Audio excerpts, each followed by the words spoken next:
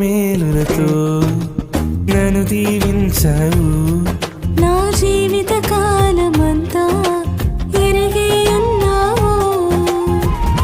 ఏమిచ్చి నీ రుణము నే తీర్చగలను, ఎన్ని రీతులుగా కీర్తించగలను.